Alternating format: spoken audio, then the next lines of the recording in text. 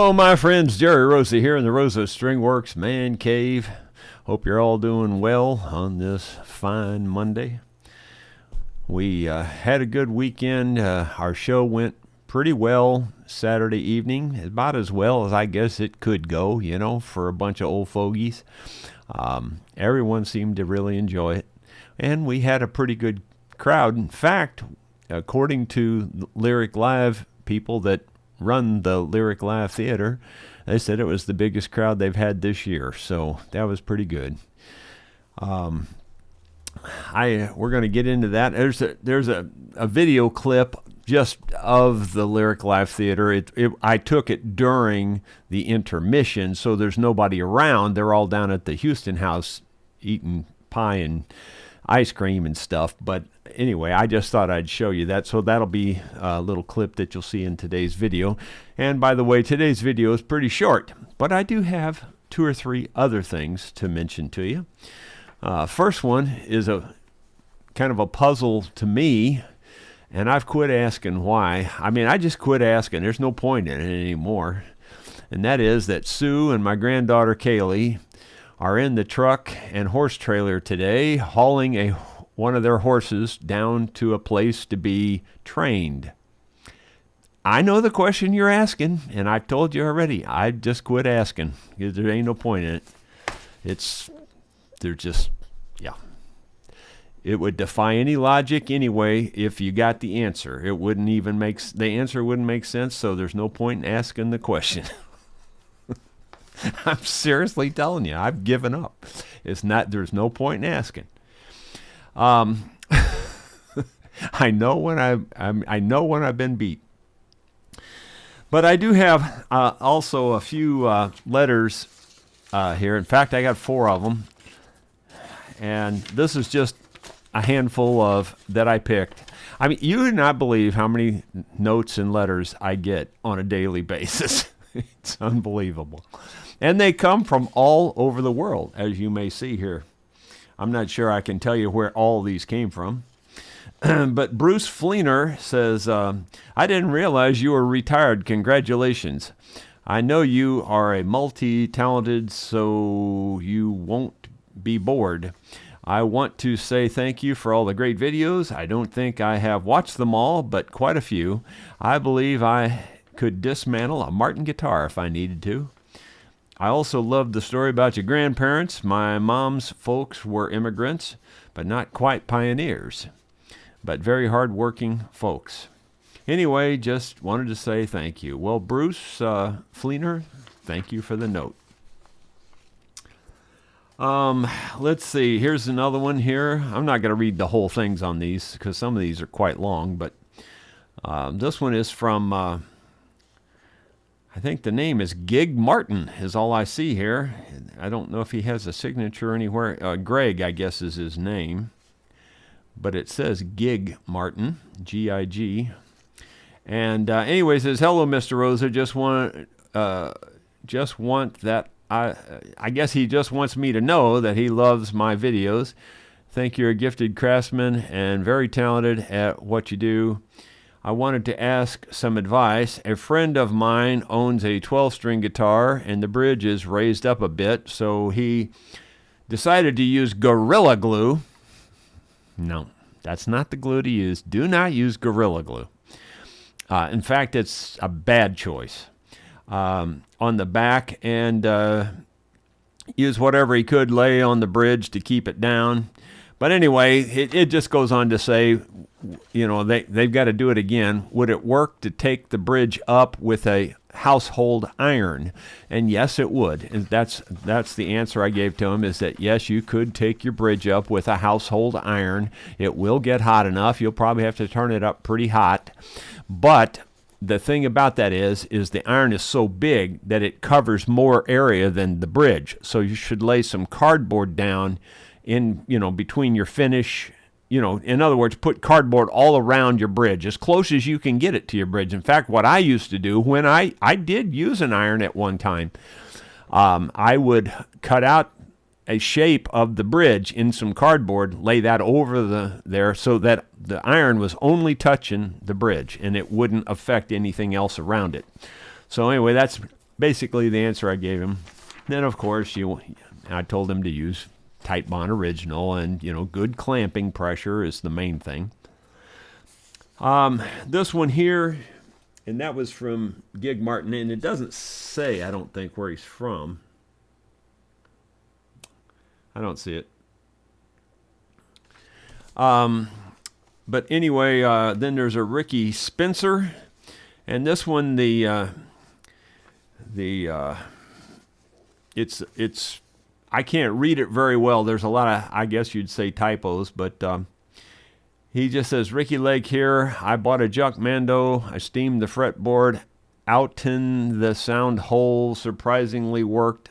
I don't know what that, that's just the way it reads. Fixed 4 broken or popped up braces and also cleated multiple cracks. Anyway, he goes on to say, he says, I truly learned and gained so much confidence from your cool videos. Your calm, clear instructions and warnings were perfect for folks like me. Well, I say thank you, Ricky, and good luck to you. And then here's one from Booterem, Queensland, Australia.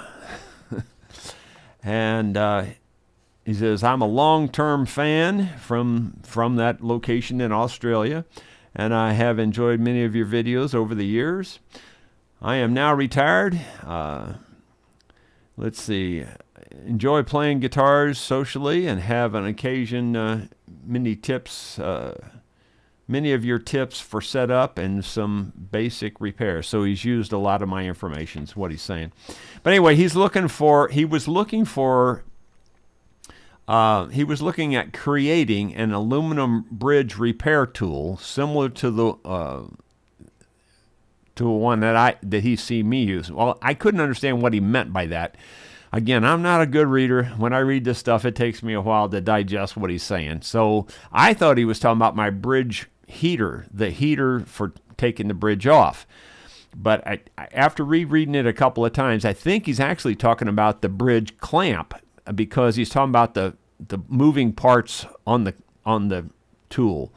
And on the ends, it does move up and down. But anyway, I had to tell him, I said, sorry, I didn't make that tool. I bought that one from Stuart McDonald. So it's a bridge clamp is really what it amounts to, or a bridge clamping tool.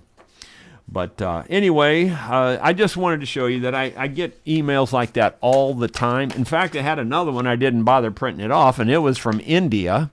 And it was a fellow wanting to know how to repair his sitar, because he saw that I repaired a sitar. And the first thing he said was, I've already used epoxy on this and that and everything, and I'm going like, I wouldn't use epoxy.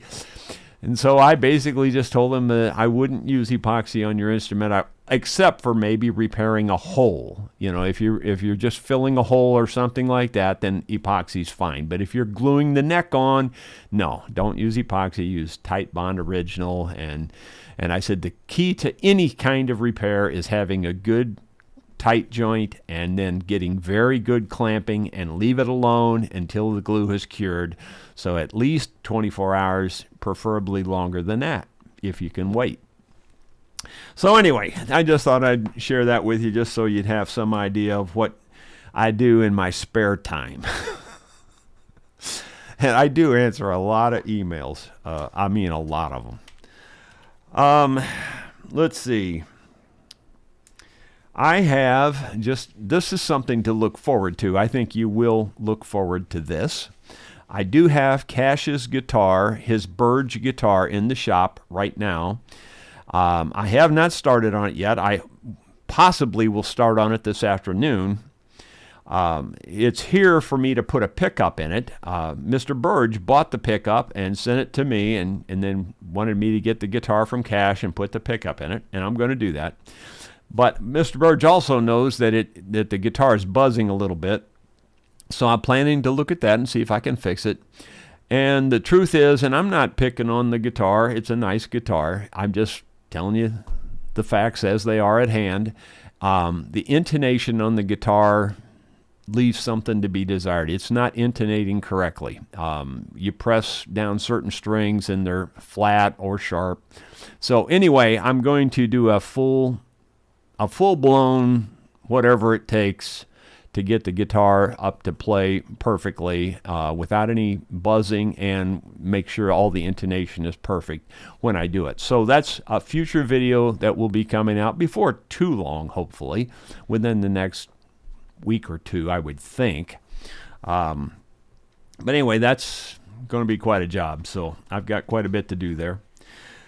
And then in addition, I forget which one of these guys here, but one of these letters I just read to you also suggested he wanted to know if I had a video out on all my shop-made tools. I'm sure it's on the one that I was telling you about, the bridge clamp.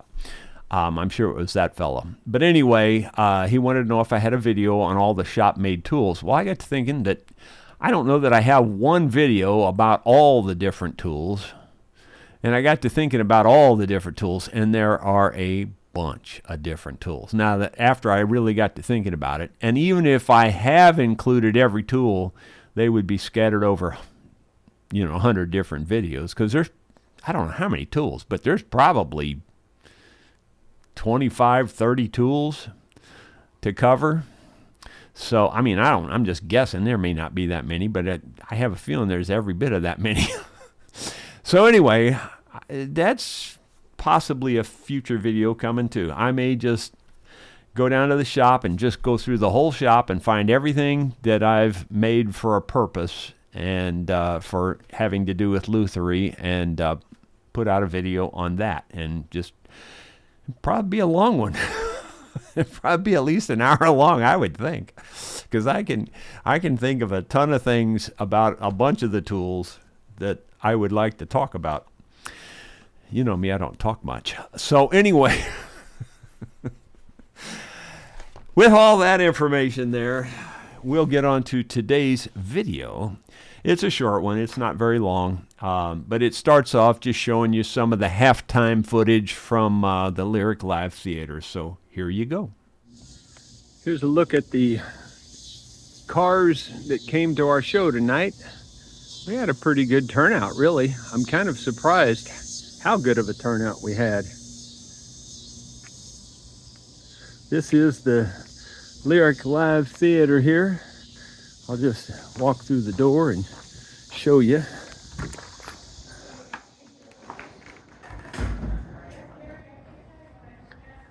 So, this is a look at the thing. Oh, thank you. So, she goes to Jackson.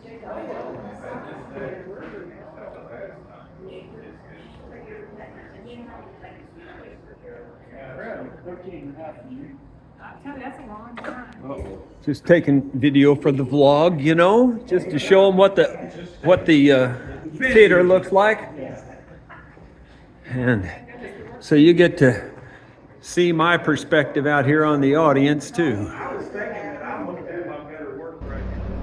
Just a little public service announcement that won't mean nothing to anybody, and nobody will care, but I do, because I hate waste. Both of these cans of WD-40 quit working, and I knew there was a lot in both cans. Well, you can see between the two cans there was a little over 10 fluid ounces. Now, be honest, there was a little bit in the bottom of this before I poured it in. So right about 10 fluid ounces almost exactly was in here. Now, they only hold 16 per can. So that ought to tell you something. You're not getting what you pay for. You need to do this kind of thing. Just pour it into a spray bottle. Now I can spray it out of this bottle, and I didn't waste my money, and I didn't waste the product, and I didn't hurt the environment by throwing this all out in a landfill. These can be crushed and sent back to recycling. I have the light off for a purpose. I thought I would test the spark on this. Sure enough, there was plenty of spark, but about the third pull, the whole thing started. And it's never done that for the last month or so that I've been toying with it. So it's got to be in some kind of an electrical thing, because when I plugged this in, it started and it ran. So that's bizarre. I mean, it's been popping and stuff, but it wouldn't start. And I kept saying it's got to be electrical. Well, now I'm sure it's electrical, because when I put this in there, the darn thing ran. It ran just fine. And I could give it throttle and everything. So I guess I'll take this back out, put the plug wire right back on, see if it'll run. Bizarre.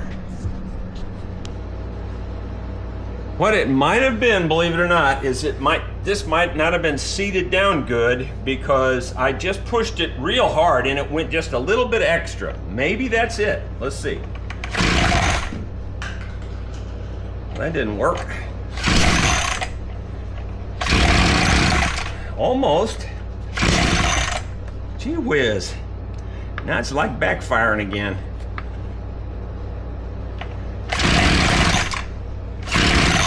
That's bizarre.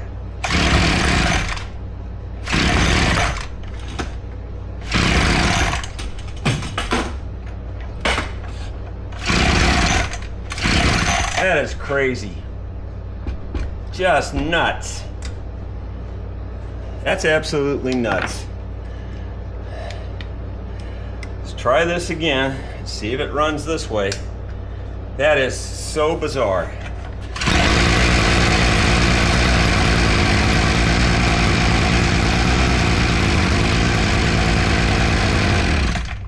Now folks, I see lots of stuff, and I've told you before, the stuff that happens to me never happens to anybody else.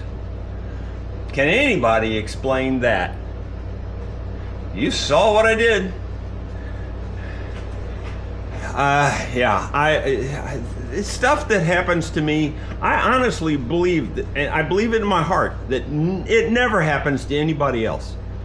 It's just bizarre stuff that just defies explanation. I really can't put into words how much I hate this spark plug wire design that they've come up with now. This thing will stick on the plug and you cannot get it off. It's so stupid, and it pulls the wire, it pulls this out of the wire and there's no contact. It is just ridiculous why they come up with these stupid designs. They've had designs that's worked for 100 years, and they have to change it just to save a half a penny on something like this piece of junk.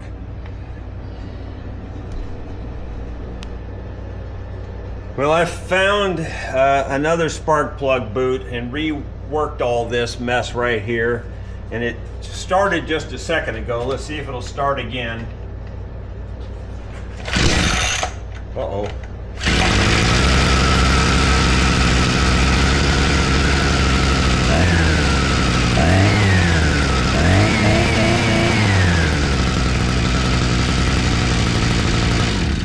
Well, that's about as good as it gets. So putting it back together. Hallelujah. Yeah, I kind of thought it was a spark issue, but you know, whenever I would test the spark, there was spark, you know? It was like, it was good spark. I don't know how to explain stuff like that. I mean, all I did was put a spark tester in between there, and it started right up. I could take the spark plug out, put with the original boot, take the spark plug out, stick it in the boot, ground it to the body, pull it, and there would be spark. But it wouldn't run. How do these things happen? I mean, like, you would think, well, there'd be no spark. You'd get it. It wouldn't run, sure. But there was spark, and it still wouldn't run. But then, all I did was put that little stupid strip of wire in between there, and it ran. It's like, it makes no sense. It makes no sense at all.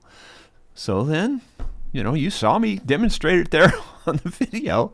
It just doesn't make sense. The stuff that happens to me, that's just one minor, tiny, little bitty, this much of an example. You should follow me around in a day. You wouldn't believe it.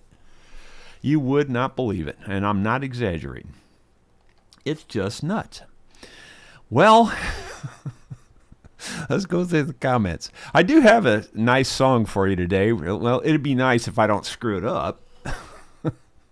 I didn't write it. It's a really pretty song. I think you'll like it. Ronald Todd says, good afternoon, Jerry and everyone from the West Banks of New Jersey. Joe Cools, keep shining through the afternoon. We're going to try. David Tharp says, greetings all. And then he says, that's great. David Tharp, also known as Wavy Gravy. David Tharp says, this morning I was drinking coffee in my house slippers, and I thought, you really need to get up and wash some cups. William Rhodes, good afternoon, Jerry. And then he says, I'm too glad to be back. My phone shot craps, I guess, on me. How to get a new one? I'm back now. Had to get a new one, I guess. Okay, well, good. I'm glad you're back there, Mr. Rhodes. And Brian Biscup says, hello from Elgin, Illinois. There's Kim Z from Arizona. Those two are often in a row right there. I mean, it's pretty funny how often that happens. Don Matthews, Itchy Boots sidecar issues. Yeah, that was pretty bizarre. Yeah, I have had the opportunity, but I can't remember when and where. I have driven a motorcycle with a sidecar, and it is awkward. Even one that works really good is awkward, or at least it feels awkward to me. There's Bill Webbs. He says, good afternoon, Jerry and friends. Bruce Ducker, greetings all from Central Florida. Dottie, just made it electric, just came on. Cool. Well, I mean, it would be cool if your air conditioner works now after the electric came on. Bill Mumbo, hiya folks. Cup of cool, nice lawnmower. Boy, battery-powered things have really come a long way. Yeah, I just released that video. I had released it a week or so ago and sent it to Wow Badger, and quite honestly, they didn't like it. It was a little too long. They thought that, I showed opening the box and that kind of thing, and showed a little more detail up front, and they didn't like that. So I cut all that out, and anyway, I redid it, and they wrote back to me that they love it. So they love the video now, and so anyway, I put that out just a little while ago. So if you haven't seen it, it does help me out to watch it, even though you may not be interested at all in a lawnmower. It does help me out if you just turn it on, and you could do something else while it's playing. I think you'll enjoy it, actually. I'm really impressed with that little lawnmower. I've got to tell you, I'm impressed with it. I'm not making it up. It surprised the heck out of me that it worked as good as it did. I was expecting half as much as I got.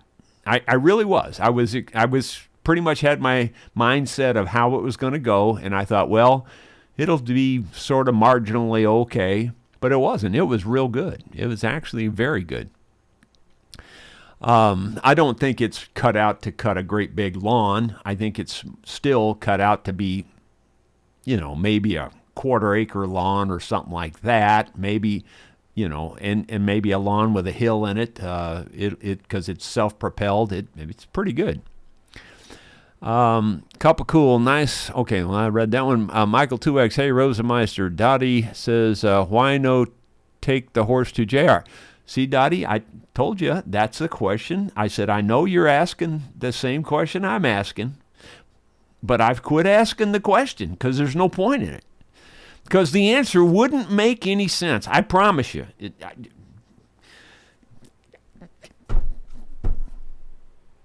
The answer would not make sense. So I don't even ask the question. There's no point in it. So I'll let you ask the question rhetorically, because I can't give you an answer. Ronald Todd, welcome, Dottie. Let's see. And then David Tharp, hey, Bill, Shed of Dreams just put out episode 63. So talking about that guitar again, I guess. Dottie says, thank you, Todd. And then Dottie's praying for us. Thank you. Rod Wintler says, hi, you folks. And then David Tharp says, I never will forget what my grandfather said before he croaked. He said, want to hear my frog impression?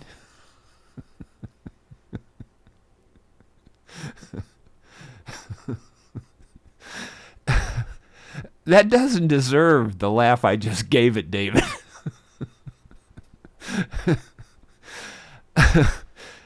Don Nice, thank you.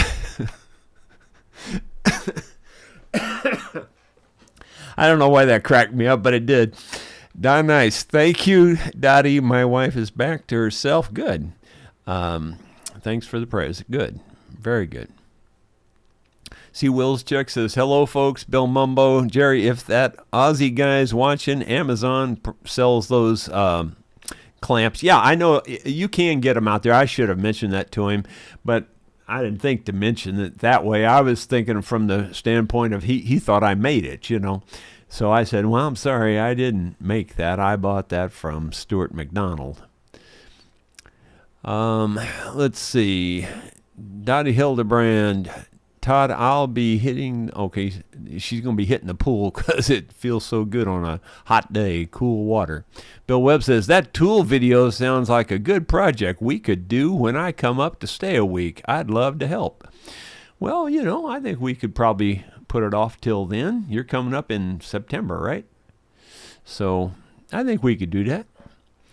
Ronald Todd, nice little theater, but where were all the people from those cars? I thought I mentioned that, but maybe I didn't. I took the video during the intermission. All the people went down to the Houston house for cake and ice cream, and then they come back, and we play another hour after they come back. Let's see. And it turned out really good. I mean, I'll be honest, I didn't feel like I was hitting on all cylinders on the first half. Everybody said it was good, but I just felt like I was just a half a bubble off. And I'll tell you the truth of it, I was having trouble hearing the bass. And normally I don't have that problem. But I don't know, there was a lot of us on stage, there was a lot of music going on, and I was just having trouble hearing the bass. And I just didn't feel like it was going as well as it could have on the first half.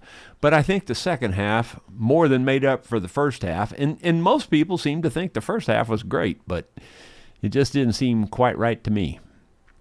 GMP Old Marine Shop. Hi, Jerry. Could be a break in the wire. You put the tester on it, reposition the brake possibly to pass voltage.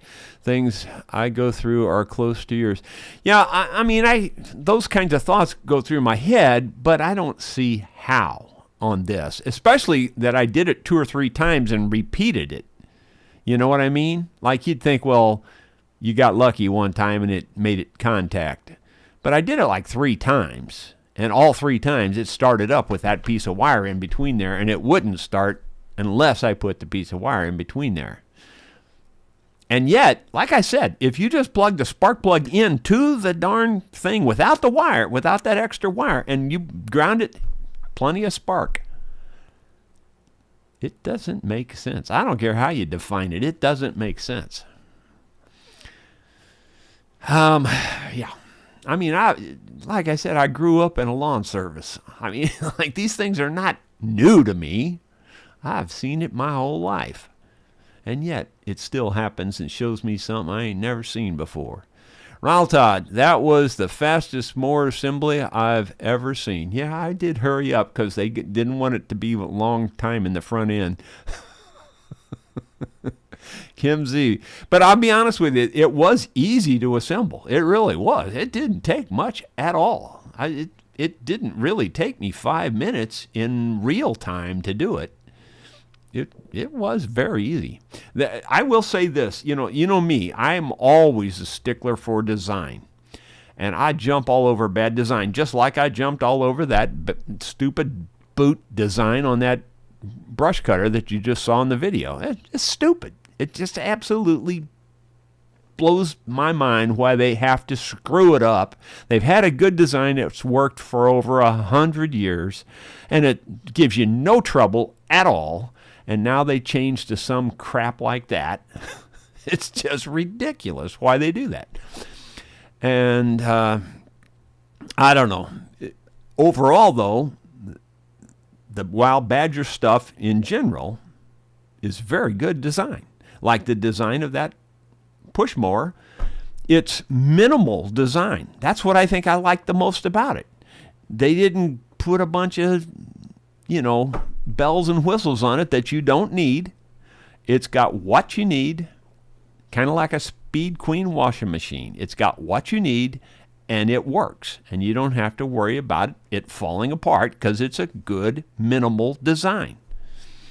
And that honestly is the way I feel about that electric lawnmower. It's a good minimal design. It doesn't need anything else.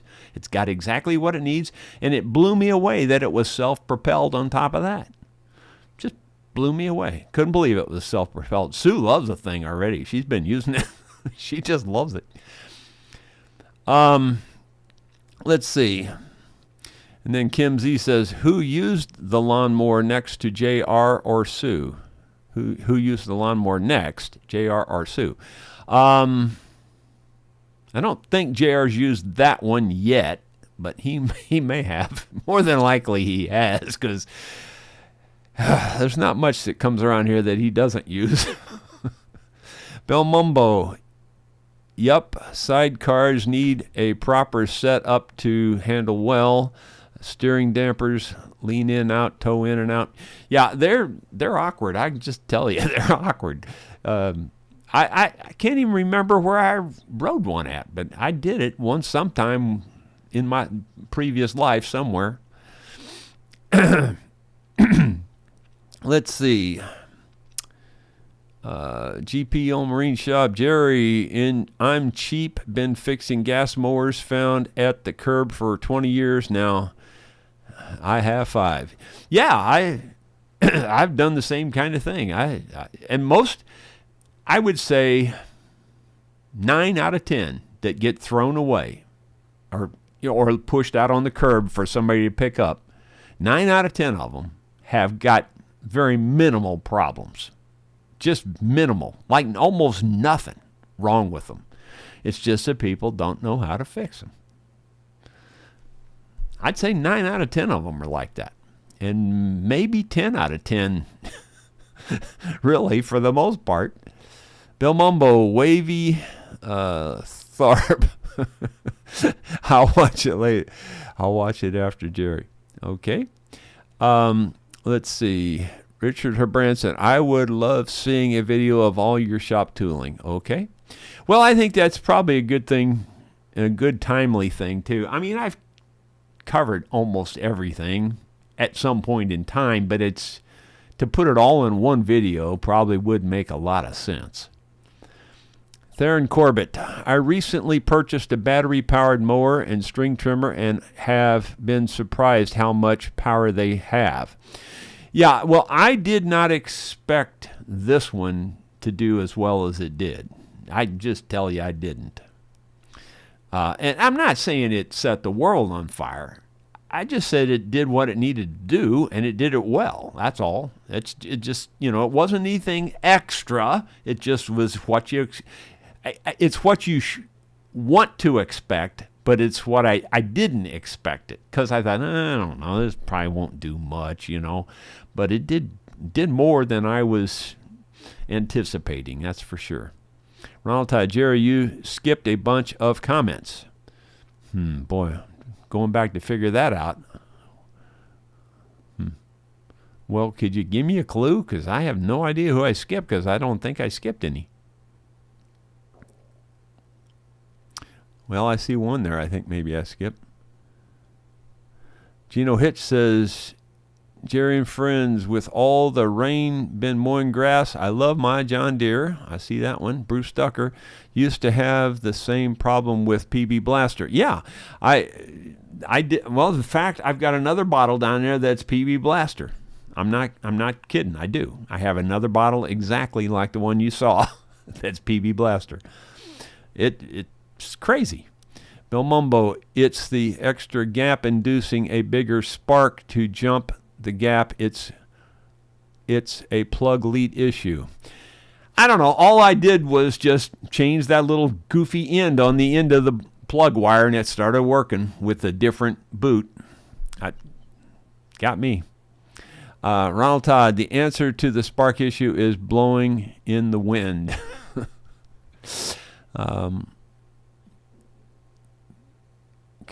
Could a break in the wire, you put the tester on, reposition the wire possibly to pass the voltage? Yeah, I mean, it's sort of like that. I mean, I don't know what caused it. Something stupid, if you ask me.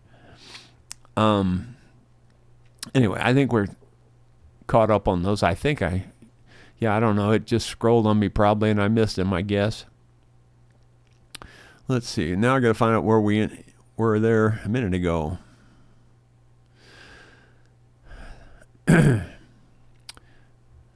Ronald said I skipped a bunch, so then we'll go back down here. Dottie says, if Bob was working on that weed whacker, he would have left the wire on it and ran it like that. Exactly. 100%. 100% correct. Except that he even had to screw that up somehow. I don't know what he would have done. He'd probably put some bubble gum on the ends so that they wouldn't come apart. Something like that. Eric Sandell says, could the boot ground itself when you get it near the cylinder since it worked with another boot? I don't know. Maybe. Possible, I guess. I guess anything's possible. The darn thing would always pop and act like it wanted to run, but it would not start. I mean, I'm talking for a month now. I've been monkeying with that thing. And it never did start one single time until I put that little spark tester in between. That just doesn't even make sense. It really doesn't. Well, dirty carbs, no spark. Okay. Well, it wasn't a dirty carb. Bill Mumbo, maybe it's Wavy Davy. Ronald Todd, Gino Hitch. Okay, all right. Let's see. Bill Mumbo or Davy Gravy. And then Ronald Todd, you got him. Okay, good. Old Marine Shop. We live in a throwaway society despite new product costs. Go figure. Yeah, that is 100% true. Yeah, I don't know. There's so much that you see alongside the road. And honestly, I just feel like stopping all the time and picking most of it up. I see stuff that, like falls off in the median of the highway, and I want to stop and get it. But it's just not practical with the traffic, But if I could, I would. Trust me. If it was off on the other side, I probably would stop and pick it up. But half the time I see something good, it's in that dang median where you can't really get to it. I did stop and pick up two things. I picked up a 24-foot ladder one time, and one time I actually made the news. And what's funny was, and I'm not making this up. I know you're probably thinking, oh, he's just saying that because we had this conversation. No, I promise you, it had nothing to do with what we talked about today. This darn camera. I hate this thing. I hate the thing that it just moves on its own. It's supposed to be locked in there now. Hopefully it stays locked in. Anyway, the other time, I picked up the 24-foot ladder. That was fine. That was off on the side of a 2-lane road, and I used that for years and years. In fact, I had it forever until we took down that metal building at Fort Leonard Wood for JR, and then somehow or another that ladder never made it back to my home. And I'm not sure exactly how that happened. There was a bunch of guys there with a bunch of tools, a bunch of ladders, and I have a feeling one of my ladder got shoved on somebody else's truck. But like I said, I found it anyway, so I guess no great loss. But then in another situation on rush hour traffic on the way home, I saw that we were just dead stopped, and I saw this giant log chain in the median, and I was next to it. It was out in front of me about 20 feet. So I jumped out, ran out, and grabbed this log chain and put it in my car. And would you not know, the helicopter news went across there at that time. And they actually talked about me picking up the chain on the news. And they didn't know it was me, of course, but they just said there's a fellow picking up a big log chain, And the next morning when I got to work, I'm not making this up. A guy comes up to me and says, "Hey, I heard you found you a good log chain on the highway last night." And I said, "How'd you know that?" He goes, "I didn't, but now I do." Because he knew that was the kind of thing I'd do. It's bad when you're that predictable. And I'm that predictable, trust me. Well, let's see. I'm going to go to E.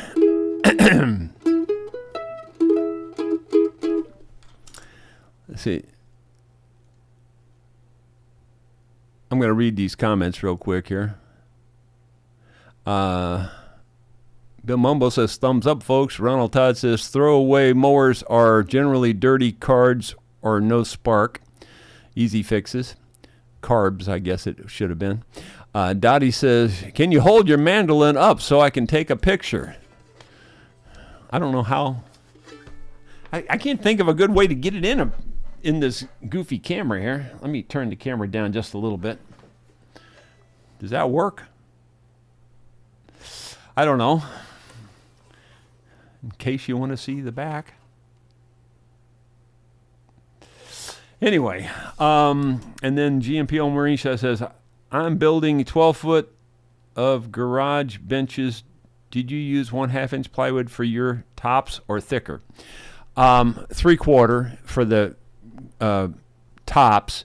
And I think, I'm not 100% sure, but I think I doubled it. I always like them real thick. I'm fairly sure I doubled it. So I think I took 3/4 inch, doubled it, made it, and I'm 99% sure that's what I did. If I find out different, I'll let you know tomorrow, but I'm pretty sure I actually doubled it. I like 1.5 inches thick is really good for a top, for a workbench.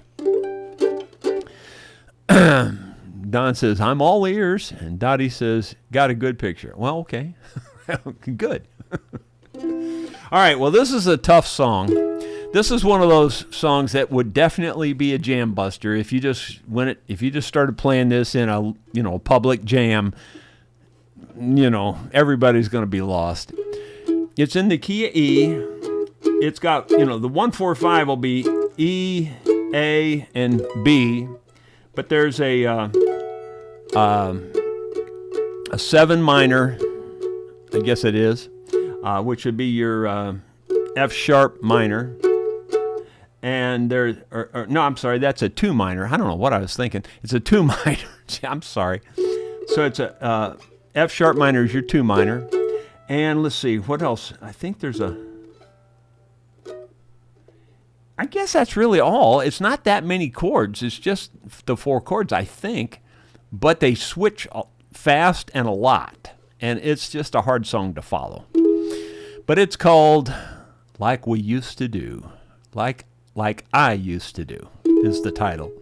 And you know me and names. I've been trying to think of this guy's name all morning. The mandolin player for Hot Rise. And I know his name. I just can't think of it. There was a time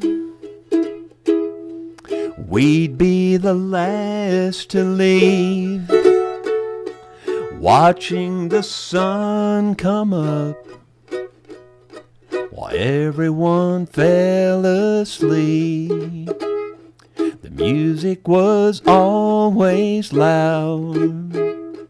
I'd sing and play too much until I fell in your arms and into your loving touch.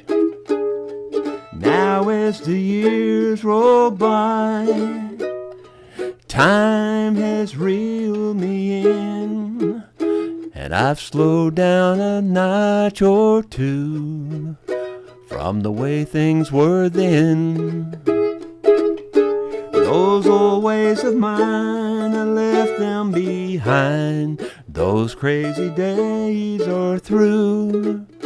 The only thing I still do like I used to do, I messed it up. Carry this torch for you.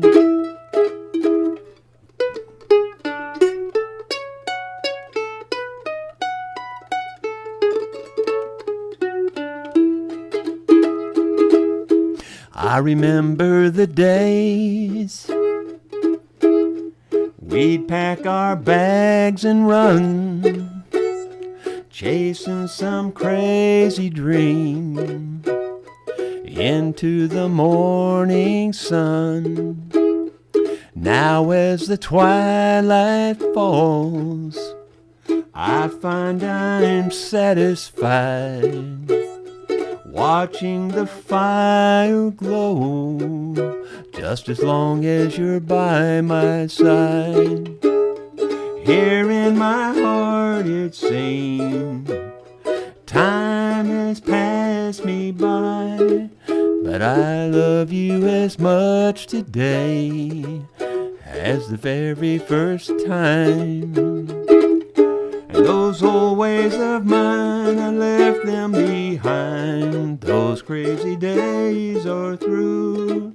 The only thing I still do like I used to do is carry this torch for you. I still want you the way I wanted you then. If I could do it all over again. And those old ways of mine, I left them behind. Those crazy days are through. The only thing I still do like I used to do is carry this torch for you. The only thing I still do like I used to do is carry this torch for you. I got that close. But anyway, it's a pretty song. And like I said, the mandolin player for Hot Rize wrote that song. And I can't think of his name for nothing. Just me and names, man. I don't know. Like I used to do. That's another one of those songs that's just really well written. I'll tell you, I bring this up to pat myself on the back. It's kind of I guess it is. But the nicest compliment I think I ever got was from the late Renee Caudill on songwriting. And she was talking to other people when she said it, but we were at a jam, and she asked me to do one of the songs I wrote or something, and I forget which one. She goes, and she was talking to the other person when she said it. Well, he's written so many good songs, and the difference with his songs are they sound like real songs, you know. And she went on to say, you know, other people write them and they just sound like they put words together to make them rhyme or something. I don't know. She said words to that effect. But you know, I only bring that up for anybody out there that is trying to write songs. It's that you don't want to force it. You like that song there. It just all falls into place. It all makes sense. It all tells a story from the beginning to the end. And that's what you're looking for. You don't want so many songs. When I hear people write original songs, I feel the same way that what Renee was saying, is that people force it. They just find a word that will rhyme and they put it in there. Well, that's not how you do it. You know, you need to be able to tell a story, and you try to tell the story in a rhyme, kind of like a poem. Not all poems, not every single line will always 100% rhyme, but you have to make it work somehow, whether it's a pause or whether it's something to make it work. But you don't force it. If that makes any sense to anybody besides me, I don't know. But that is the difference, I think, between a song that's written really well, is that everything falls into place and it's got the same theme from beginning to end, and it just goes through the whole thing. Tim O'Brien. See, I know that name, so I knew somebody would come up with it. I just can't say names. I don't know why that is.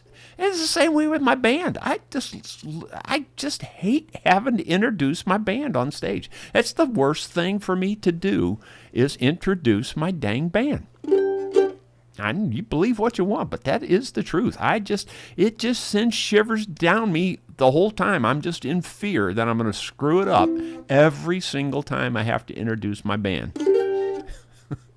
And I have screwed it up a bunch of times in my life. Let's see.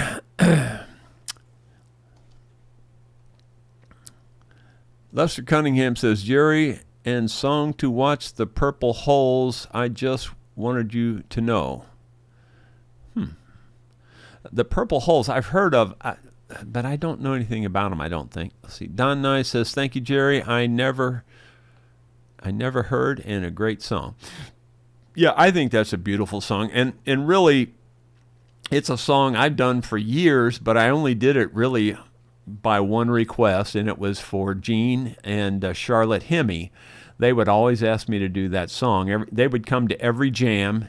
Gene, I mentioned it a while back that he had passed away. It's a couple of years ago now, I guess. Time gets away from me.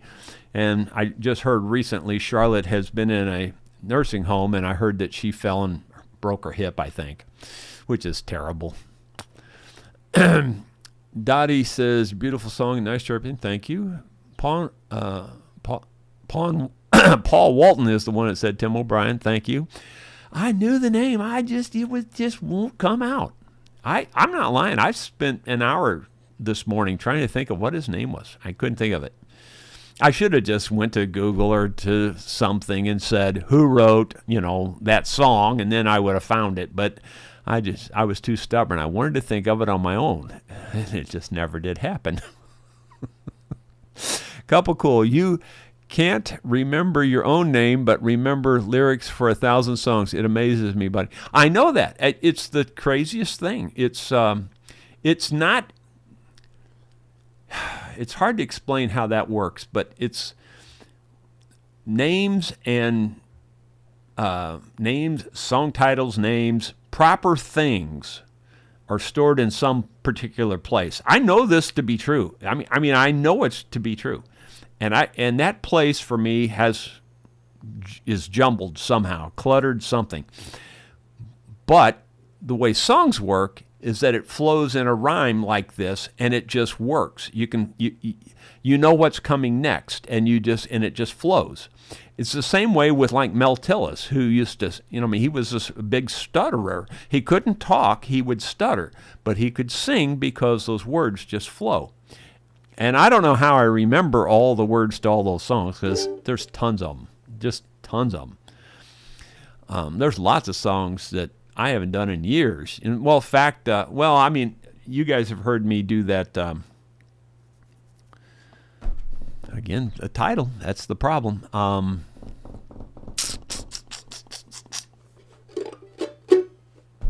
Poet with Wings. There it is, Poet with Wings. You've heard me do that a couple of times, and I think Dottie had even requested it once. But somebody requested that Saturday night, out of the crowd, and Poet with Wings. Well, we hadn't practiced that in forever, but I remembered it and did it, because I don't ever turn down a request if I can help it,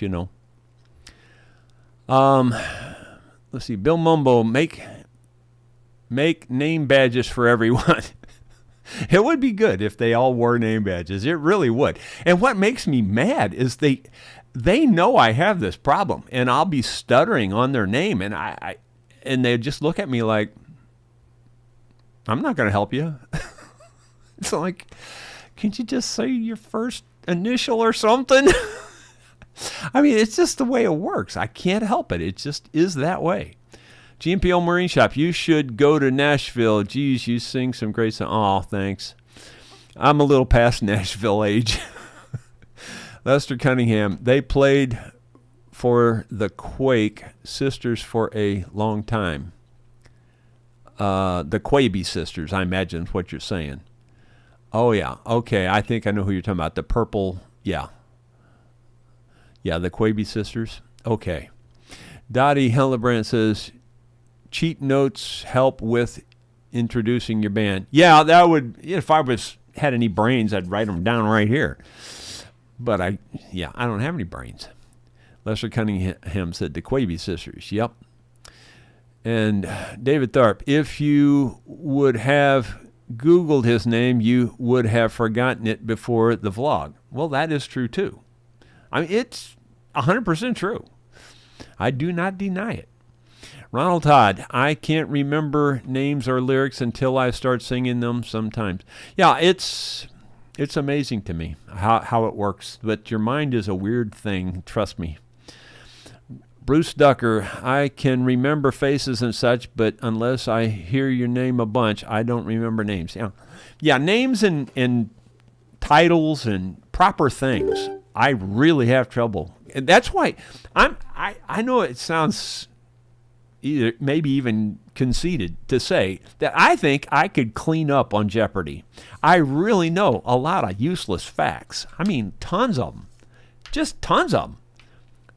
But I can't, like to name a name of who said what, or, I can't do that.